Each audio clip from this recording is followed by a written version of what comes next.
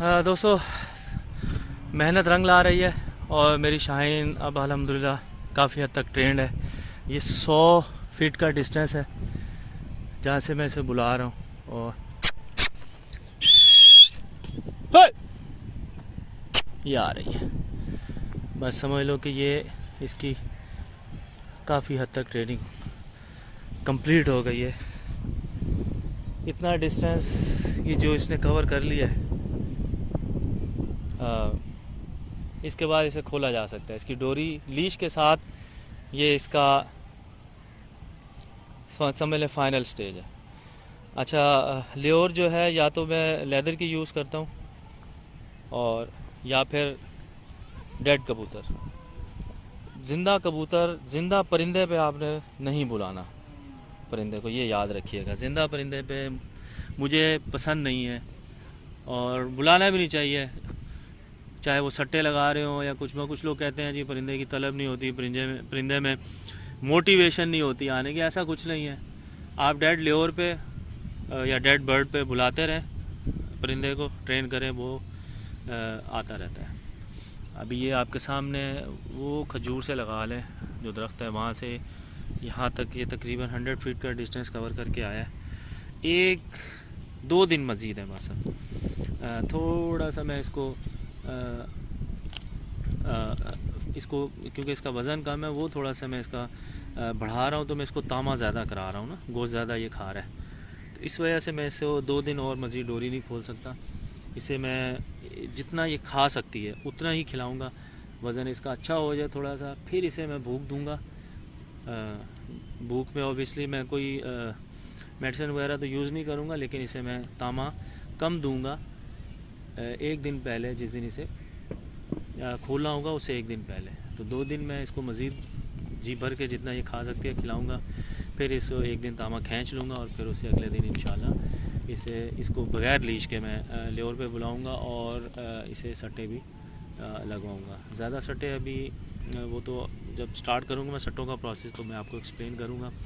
लेकिन ये जो एक प्रोसेस था लीश के साथ ट्रेनिंग का, वो आज समझ लें एंड हो गया है।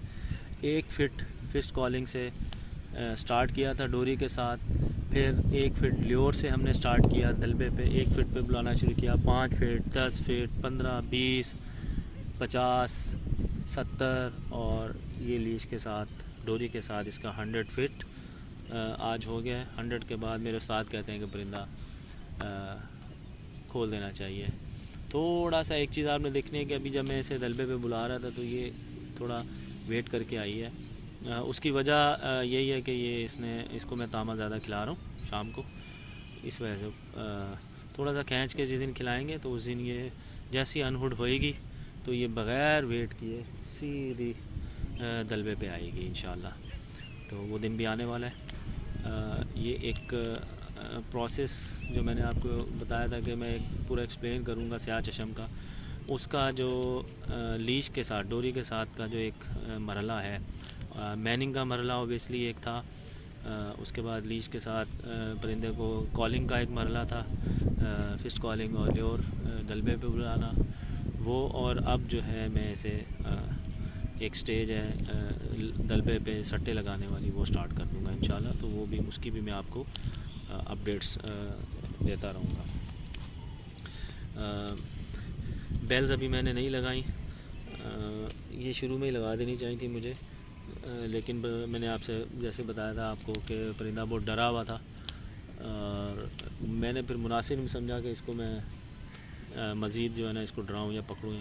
तो कोशिश करके मैं इसे हुड करके कोशिश करूँगा कि हुड पहना के मैं इसको बेल्स लगा दूँ। लग गई तो ठीक है, अगर इसने लगवा ली, अदरवाइज़ फिर पकड़ के ही लगानी पड़ेगी। इसको बेल्स मैंने ले ली हैं इसकी, तो वो भी इंशाल्लाह इसको कर देंगे। खिलाने में हाथ नहीं खींचना आपने परिंदे को। एक तो वज़न बहुत जल्दी नहीं गिराना परिंदे का, चाहे कोई भी परिंदा आप ट्रेन कर रहे हैं। दूसरा, उसके तामे में अगर वो अच्छा रिस्पॉन्स दे रहा है तो आप उसका जो गोश्त खिलाने का उसका जो मिक़दार है वो उसको आप कम ना करें। हाँ, अगर परिंदा आपको लग रहा है फ़ैट है, रिस्पॉन्स कम है, तो फिर आप बड़ी स्लोली स्लोली तांबे की मकदार को कम कर सकते। ऐसा नहीं है कि आप 2 दिन 3 दिन फाके दे दें, ये बहुत गलत है। कुछ लोग कहते हैं नहीं जी बाज़ को 2-2 3-3 दिन भूखा रखा जाता है, ऐसा हरगिज़ नहीं है। आप 1-2 दिन बाज़ को भूखा रखेंगे, उसके बाद उस बेचारे का फिर उड़ने का तो कुछ उसमें रह ही नहीं जाता कि वो फ्लाई करे और अच्छा रिज़ल्ट दे आपको या शिकार खेले।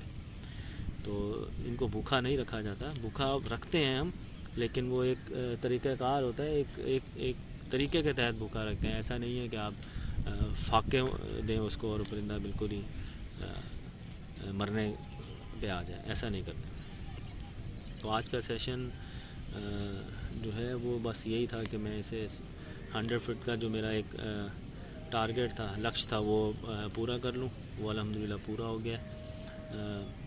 कल मैं इसे खोल सकता हूँ अगर आज मैं इसे तामा कम दूँ।